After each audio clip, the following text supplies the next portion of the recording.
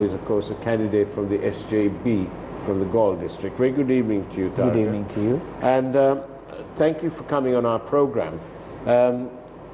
It's a diverse family of politicians. We have your uncle is Vasudeva, your cousin is Harshana, and your dad too. So what made you choose the UNP?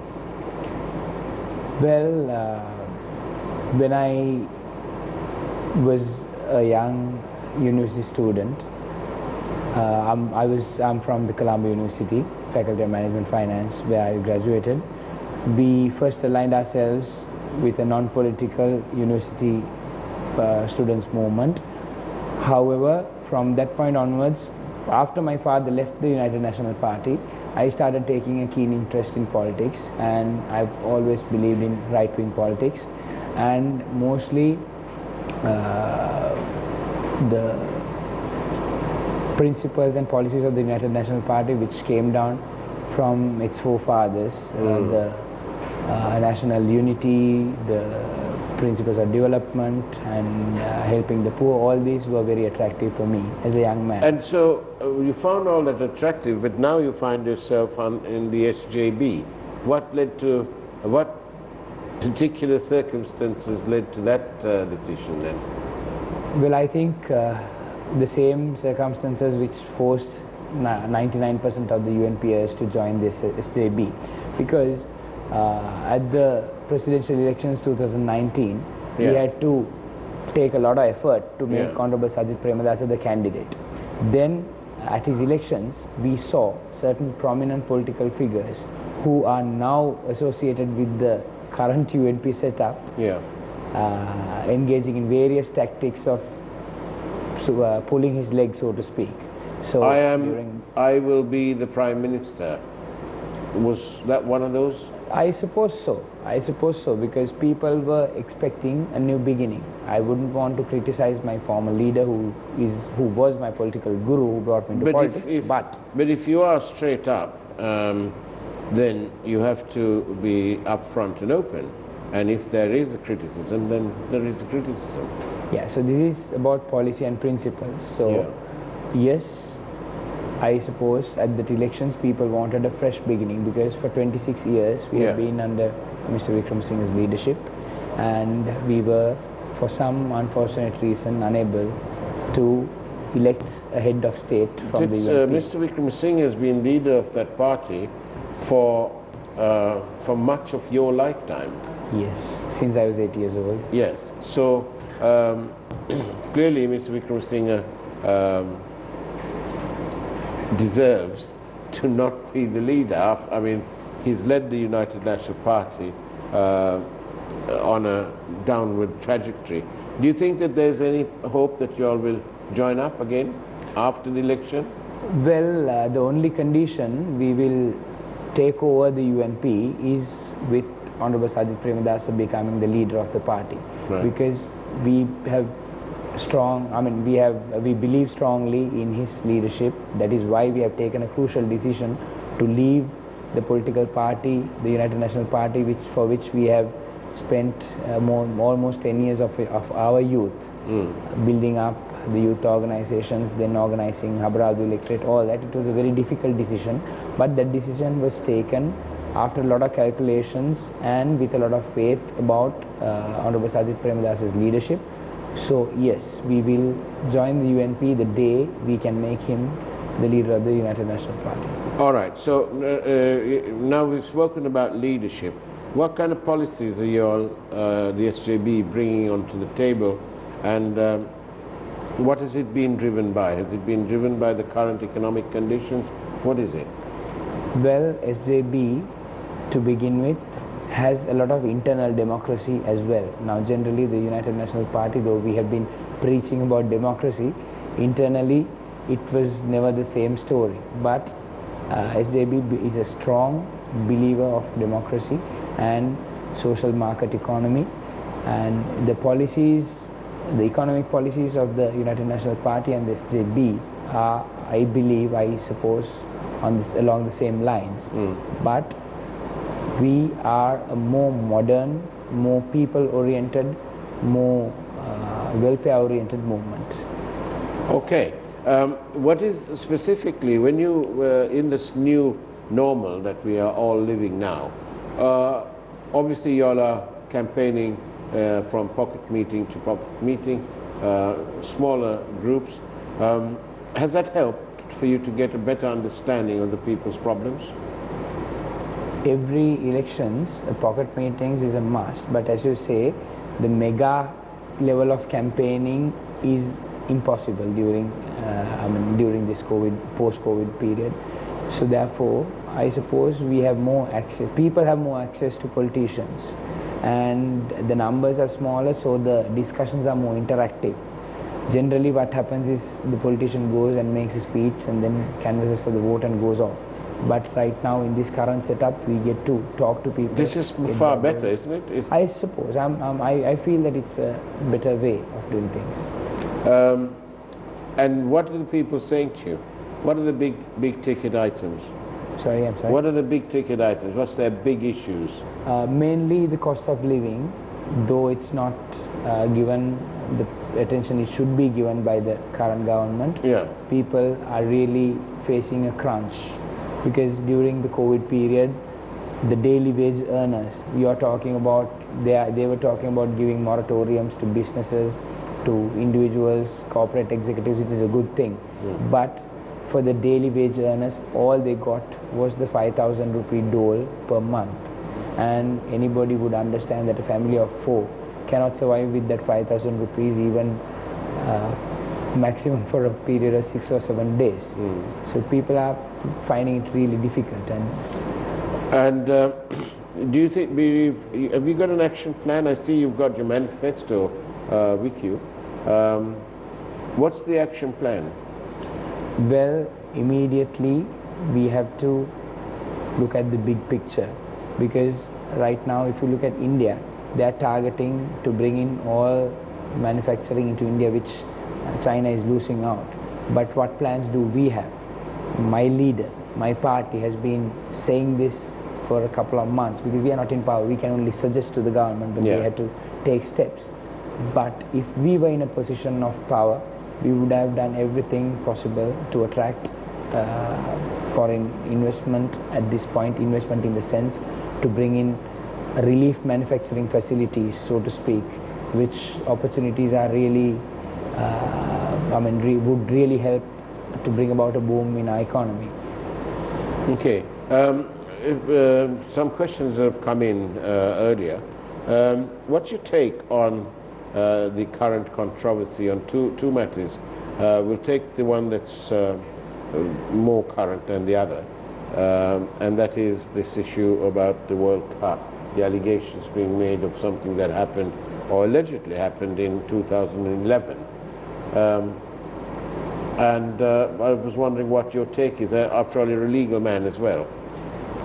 Well, to begin with, this is an issue that happened in 2011, and the person who's making the allegation, Mr. Mahindanand Alutgamge, was the Minister of Sports, if I'm not badly mistaken, during the concerned time. So it's an issue that should have been taken up at that particular point to begin with, and the sports anti-corruption laws were not in place at that particular time, which were brought about by our government. So this is a previous instance, if at all, and without any evidence. So why talk about it? Why talk about it? Well, I was as surprised as you when it first came out, because particularly it was this particular person of the Minister of Sports, secondly it was their own government, thirdly, secondly it was their own government, so I was as surprised as you were. But I personally believe the government found that the cricketers being very vociferous about the decision to establish a cricket ground in Homagama during this post-COVID period, which was totally unnecessary. So I suppose the senior cricket legends coming out loud against this could have been, I can only suspect because I'm not privy to any evidence, but could have been a driving factor. I see. All right. So, and the other, of course, the other point is this whole issue surrounding Karuna Aman. Again, there's an element of legality to this whole to this issue. What is your stance on that? Yes, Karuna Aman has publicly admitted killing of thousands of soldiers, and we saw government ministers were quick to come to his defense, saying anything can happen in a war. Now, these are people who have been talking high about the war heroes until they came into power, but these are the same people who have still denied the full pension rights of the war heroes, the disabled war heroes also. So it's not a surprise. Nor did the Yapana government sort that out either. No, initially there were protests, but at the tail end of the Yapana government, the then Finance Minister Mangala Samaravira took all the measures to grant the full salary to the disabled soldiers after the pensionable age, and then to their parents until they are alive. And it was the responsibility of the government of the day which came into power to carry out in your view, should Karuna Aman be prosecuted, or should he be treated as a crown witness? I suppose we all thought that he had supported the crushing of the terrorist organization, but right now I think for cheap political gain he's talking big about his role in the LTTE. So therefore, if he is openly trying to talk about his military achievements, so to speak, I think we should more than the war crimes. There's ICCPR, the racial hate, creating racial hatred, by disturbing the unity of nationalities, all this. So there's a lot of things, there are a lot of legal issues that Karuna Aman's speech has given rise to. So I think he should be prosecuted. There's no other way. He should not be given a chance. When we come back after the break, I'll ask you what about his contribution towards bringing the war to an end. In the meantime, don't go away too far, because after all, this is Newsline Live, and we'll be back after the break. News First, Newsline with Faraz Shauketaly. And welcome back to Newsline Live. I'm in conversation with Taraka Nanyakara, who is a candidate from the SJB from the Gaul district. Now then, Karuna Aman, his crossing over, in effect engineered by one Ranil Wickremesinghe with the help of Ali Zahir Maulana, could be argued to have been a critical moment in the fight against the terrorists.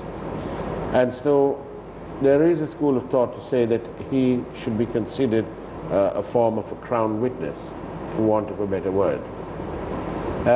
Is it a sign of ingratitude that we are now, some people are now saying we need to prosecute him?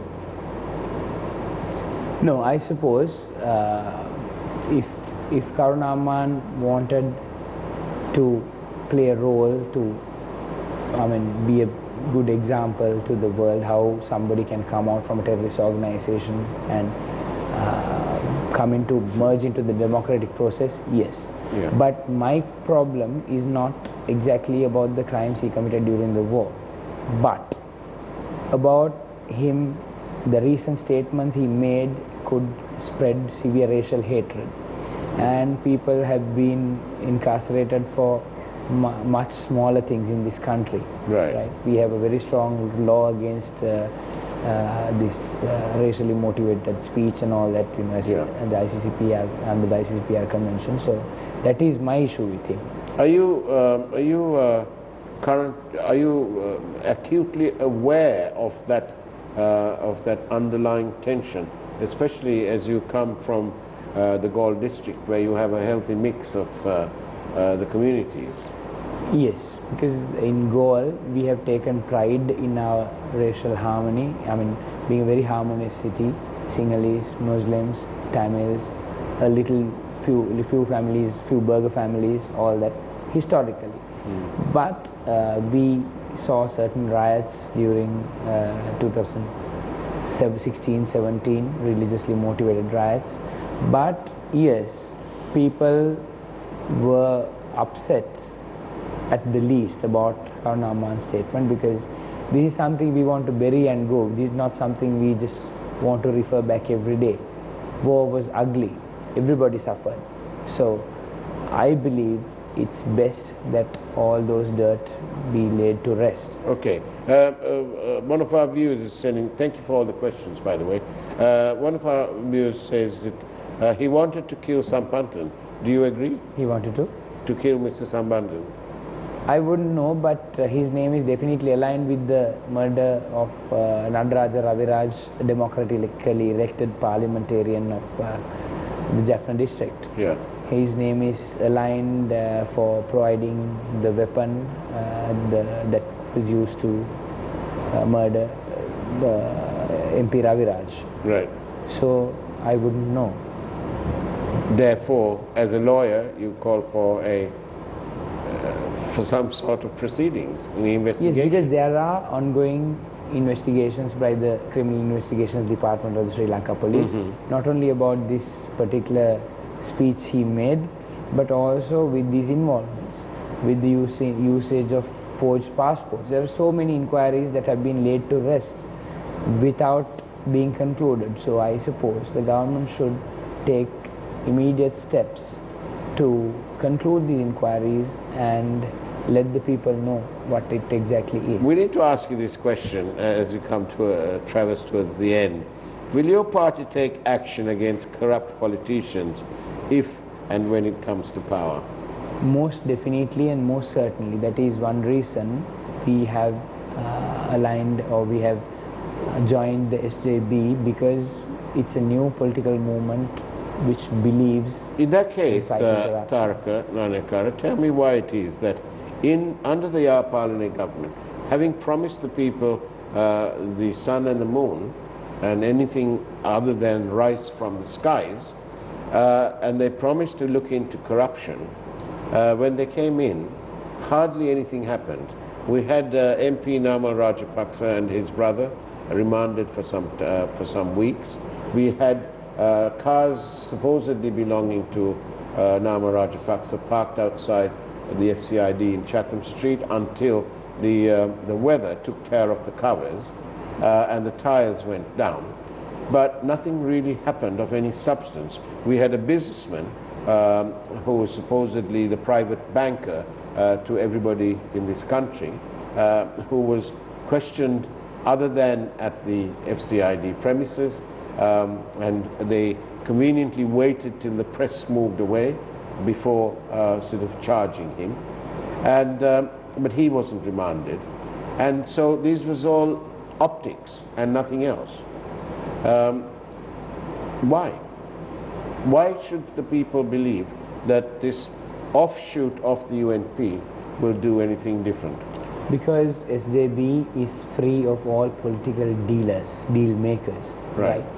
When we came into power, President Rajapaksa, former President Rajapaksa's, it's always a Rajapaksa, so former President Rajapaksa's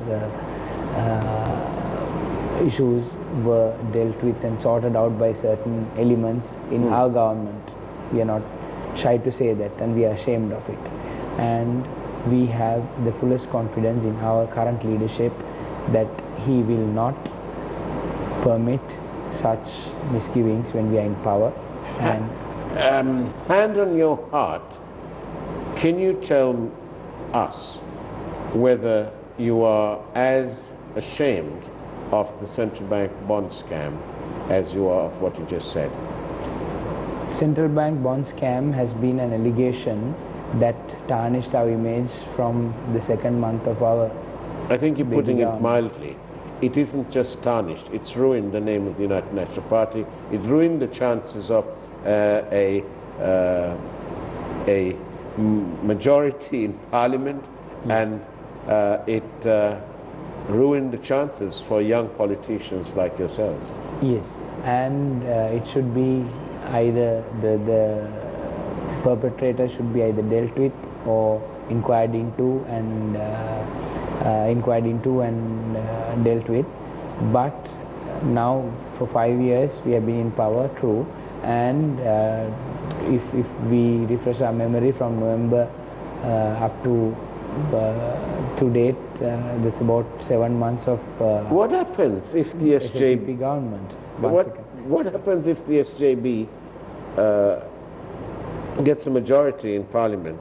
Will you all prosecute both if the evidence is compelling? Will you all prosecute RW and MR for various matters? It's a matter for the Attorney General's department to charge, but as a government, we will definitely not obstruct any inquiry or any investigation. There's always about been corruption. obstructions. Exactly, I in the agree past. with you. I agree with you. That's There's why. always That's why I been. say It took Prince Charles and the British Prime Minister David Cameron to threaten this government of the day that they will not pitch up for Chogam if they didn't prosecute the perpetrators of Khurram Sheikh's murder. Yes. And it is only then that the trial started. So that is why I'm trying to stress the fact that we are a fresh political movement with greater values and greater principles, and the moment we get the opportunity, we will do the utmost, we will do everything possible to eradicate political corruption, and also the corruption among the state machinery, within the state machinery. I've come to almost the end, but not quite. We've got about 3 minutes. How do you respond to this wide sort of charge, if you like, that Sri Lankan politics is very dynastic in nature, and as large as the Rajapaksa entourage and contribution to that dynasty is, the Nanayakkars are not far behind? Well, in my case, I have my belonging to the Nanayakkara political dynasty has been negative political capital, I always say, because when I started with the UNP, my father, Dr. Hemkumar Nanayakkara, who was a much loved character of the United National Party, had left the party 4 or 5 years ago. Yeah. So he had crossed over, and then the party supporters naturally looked at me with suspicion. They would say, the day you win, would you also cross over, was the first question. So I had to prove myself to them. I started from the scratch. I started from the National Youth Front and became its General Secretary, an organization which had 300 odd registered members, which we managed to drive up to 50,000 youth cadres by the time of the 2015 presidential election. The base we lost later after the 1 million jobs promise was not fulfilled. This resulted in 440,000 less jobs, but carry on. So I have always fought hard for my policies and principles, and I have come up the hard way. At times it was harder than a normal person from an ordinary family coming into politics, because my background was different. So, as very quickly as you can, tell me, why should the people vote for you?